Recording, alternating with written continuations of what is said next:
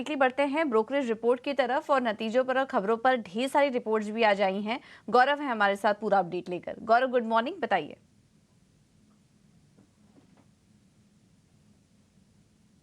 Brokerages की तो JP Morgan ने यहाँ पे कहीं पे बाय रेटिंग ओवरवेट रेटिंग बरकरार रखते हुए टारगेट प्राइस जो है वो 5400 रुपीज़ का दिया है।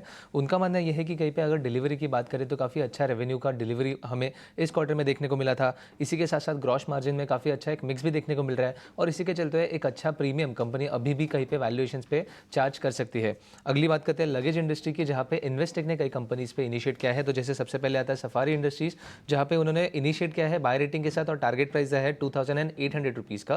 और वीआईपी इंडस्ट्रीज पे भी उन्होंने इनिशिएट करते हुए टारगेट प्राइस जो है वो 560 रुपीज़ का दिया है और बाय रेटिंग बरकरार रखा है। उनका मानना यह है कि अगर हम लगेज इंडस्ट्री की बात करें तो कहीं पे एक अट्रैक्टिव लेवल्स पे है। इसी के साथ साथ लोकल प्लेयर्स में हमें कहीं पे गेन अच्छे से देखने को मिल सकता है और अच्छे से अगर मार्केटिंग स्ट्रैटेजी बनाई रखी तो काफ़ी अच्छा गेन आगे जाके इन कंपनीज में हमें देखने को मिल सकता है। अगली बात करते हैं कोई सीमेंट काउंटर्स की, जहाँ पे मॉर्गन स्टैनली ने टारगेट प्राइस में कहीं पे बदलाव किए हैं। तो सबसे पहले अगर बात करें अंबुजा में, तो यहाँ पे जो टारगेट प्राइस है वो उन्होंने बढ़ा के 775 रुपीज़ किया है और जो व्यू है वो भी बढ़ा के उन्होंने ओवरवेट रेटिंग पे किया है, जो कि पहले इक्वल वेट पे था। इसी के साथ साथ अगर हम बात करें अल्ट्राटेक की, तो वहाँ पे भी उन्होंने टारगेट प्राइस जो है वो बढ़ा के 13,620 रुपीज़ का किया है।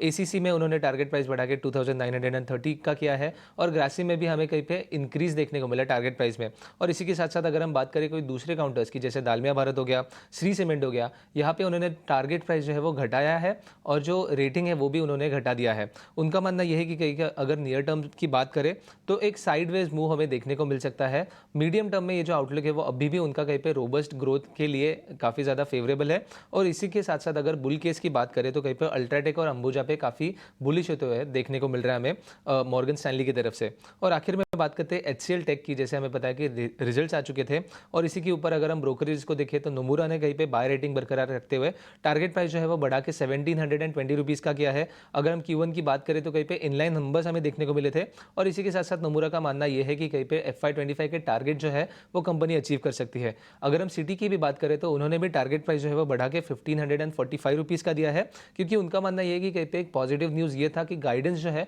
वो इस बार कंपनी ने चेंज नहीं किया है। और आखिर में अगर हम इन्वेस्टेक की बात करें तो हालांकि उन्होंने सेल रेटिंग बरकरार रखा है, बट टारगेट प्राइस जो है वो बढ़ा के 1312 रुपीज़ का दिया है, क्योंकि उनका मानना यह है कि कहीं पे इनलाइन नंबर्स तो थे बट प्राइमरी कंसर्न जो है वो एबिट मार्जिन को लेकर रहेगा और इसी के चलते उन्होंने सेल रेटिंग फिलहाल के लिए बरकरार रखा है।